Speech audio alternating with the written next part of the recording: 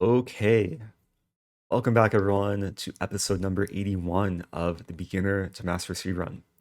So I actually just recorded the episode, and before we get into the chess, I do have a bunch of things to share.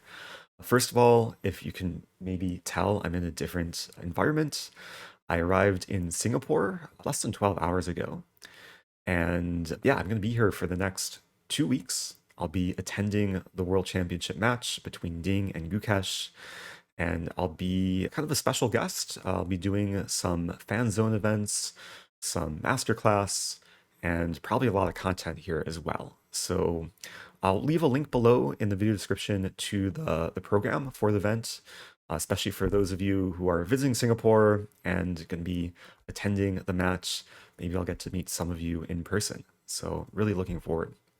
A few more things. I do have a bunch of sponsors and partners that I'm promoting over the coming days and weeks, especially for the holiday season. First of all, if you missed my previous announcement, chessmood.com is offering full access to their site for free through December 20th. All you need to do is go to chessmood.com/Rosen and get access to over 500 hours worth of really high quality video courses. Next, the Chessa board is still available for order. You may have seen me feature it on my channel recently. You can use my link below and use code ROSEN and get 10% off your order. What else do I have? Oh yeah, I have a new clothing sponsor. I'm partnering with Zaya, which is an activewear clothing company, and sent me a bunch of free clothes, which I have been wearing recently. Super comfortable. They have activewear for men and women. I'll link below. If you order through that link, you will help support my content. Also, speaking of clothes, merch is currently on sale. I know Black Friday has passed, but you can still use coupon code BlackFriday24 to get 20% off all merch orders. Yeah, get Oh No My Queen shirts or hoodies or mugs, bunch of other things too on the merch site. 'Tis the season of holiday shopping. And last but not least, I do have an announcement, which I did announce on Twitch. I haven't announced yet on YouTube. I did get a wildcard spot for the World Rapid and Blitz tournament in New York City. This goes from December 26th through 31st, and it features all of the top players, Magnus, I believe Hikaru and Fabiano, and tons of super GMs. So it'll be my first time playing in the event, and I'm super, super excited for it. Be training in the coming weeks for it. So more information to everything in the links below. Thanks everyone for tuning in, watching the content, and now let's get to episode 81 of the Beginner to Master Speedrun. So I'm coming into today rated 2370, and unfortunately I do have to report that a few of my previous opponents were banned for fair play. Yeah, my last 3 games, chess.com flagged my opponents. I guess the last 2 games I played the same person. So I did get a rating refund for my most recent loss. And actually, one of my opponents was banned who I beat. They did have like a very clear mouse slip in that game. So yeah, what to do. But hopefully I can play some more fair players today. And I'm not actually sure how many games I'll play this episode because I am tired. I might only play 1 game this episode, but hopefully we can make it an instructive game. And yeah, what more to say? Let's hop into it. First game. I was having issues with the Wi-Fi earlier, so I connected to my hotspot rather than the hotel Wi-Fi. And hopefully things run smoothly. So we have first opponent, CJ from Grove Street. And I'm gonna play I was gonna play an Accelerate Dragon if we saw open Sicilian, but we have a delayed Alapin. So yeah, usually I like to respond to c3 with d5, because now knight c3 is not possible. And yeah, we're going into some position I've had a good number of times over the years. When I was much younger, I used to like to play bishop g4 early and then e6. But these days I like to play e6, and even though it blocks the bishop, I do plan to fianchetto eventually with b6 and bishop b7. There's even cases where black can play a5, b5, or a6, b5, bishop b7. But white plays c4. This is definitely a move. Attacks the queen, prepares knight c3. I think queen f5 might be possible. I'm going to be safer, though, and just play queen d8. I know it looks a little bit passive, but the queen is less exploitable on d8. And d5 is, I think, off limits for white. I have 3 things covering d5. So very likely these pawns will be traded. I think I'll just take on d4 right away. White was maybe threatening to take on c5. And I could take again. I could play bishop d7. Bishop f3 is, I think, likely to come.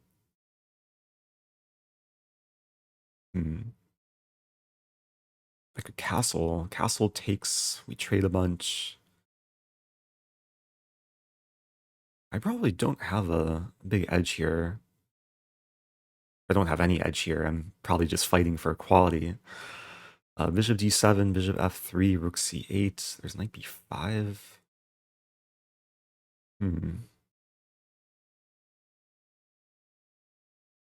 There's queen c7. I don't want to take too long. I have some idea. Okay, I'm going to start with bishop d7. Just ensuring that if white takes, I take back, and my pawn structure isn't ruined. White plays knight c3. Now maybe I can take and put the bishop on c6. I'm still delaying castling, but I think this is a fine option. If bishop takes, bishop c6. So bishop takes d4.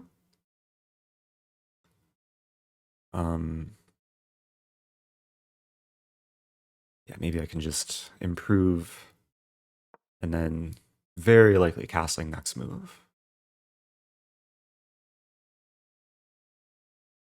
Although I guess if white plays bishop f3, do I support my bishop with my queen? Oh no, bishop f3 I take, and then, yeah, the white queen would be overworked. All right, let's castle.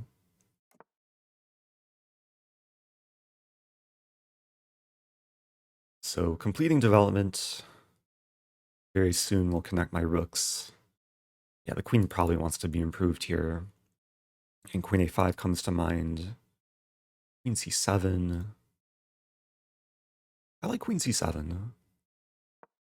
Just preparing to bring the rooks in.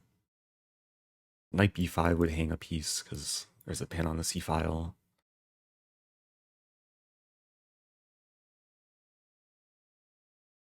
Considering b6. I like b6. Just ensuring the bishop is not going to be annoying the a7 pawn. Gives my bishop room to move back. Play rook c8. We have mutual batteries on the c-file. Knight b5 is still not possible.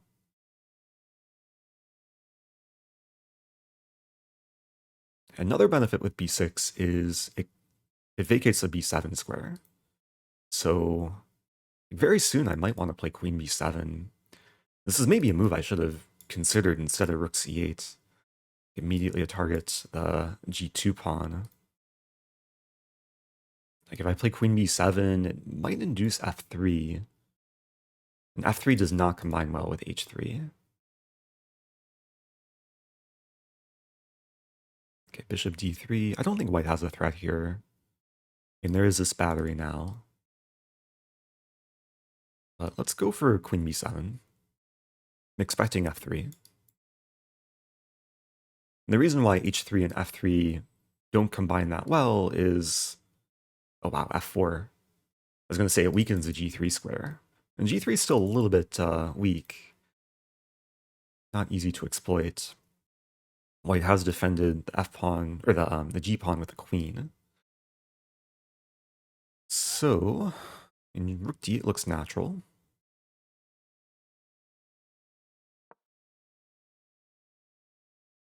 I do want to exploit the fact the queen is now a bit overworked. Might be threatening to take. And if takes, I take again. Takes and then takes on d3. White plays pawn f5. So things could get very spicy. Yeah, can I take on g2?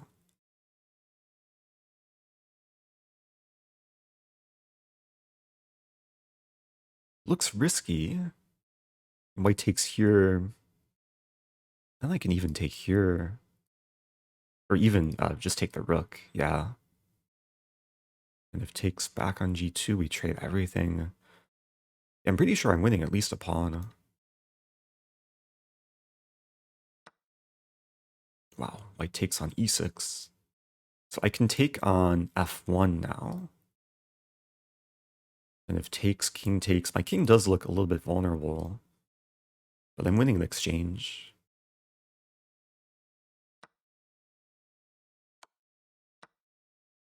Okay, so we're going into this line quite quickly.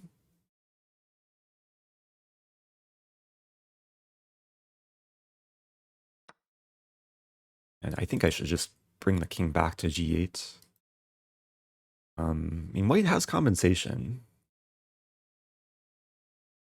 There's also bishop c5 here, which looks very interesting, because if takes, I take with rook. Let's say white snags a pawn. I play rook g5, like almost mating.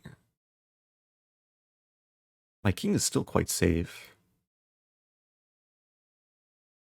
So bishop c5 takes. There is knight e4. That could be irritating, hitting the rook, the knight, and preventing rook g5. So, yeah, I think I should start with this move. But bishop c5 is definitely a move I want to play like very soon.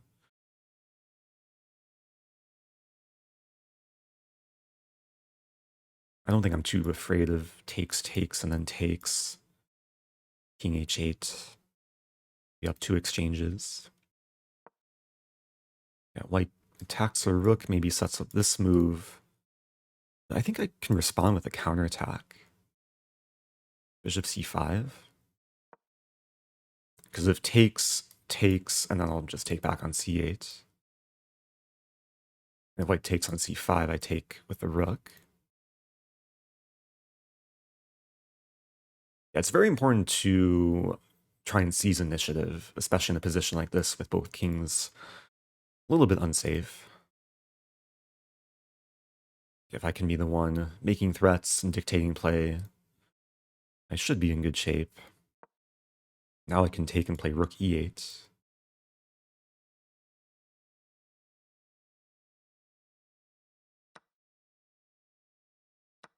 Rook e8, attacking the queen.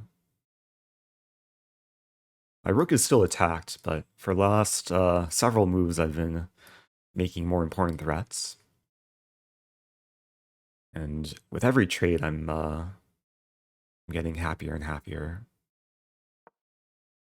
I still have this idea of rook c5 and maybe swinging over, especially now that the queen is on the 5th rank. So rook c5, really have to ask myself, is white threatening anything? Bishop h7, king h7. I think I'm safe. Let's do it.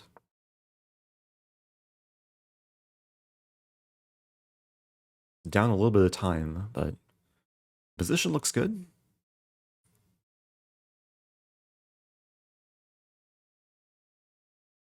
And even though it seems like I'm not having too much defense on the king side, the rook and also the queen do help influence the king side. Pretty soon I probably want to play queen e7, centralize, and maybe try and trade queens. Queen g3, so unpinning the bishop. All right, let's go for queen e7.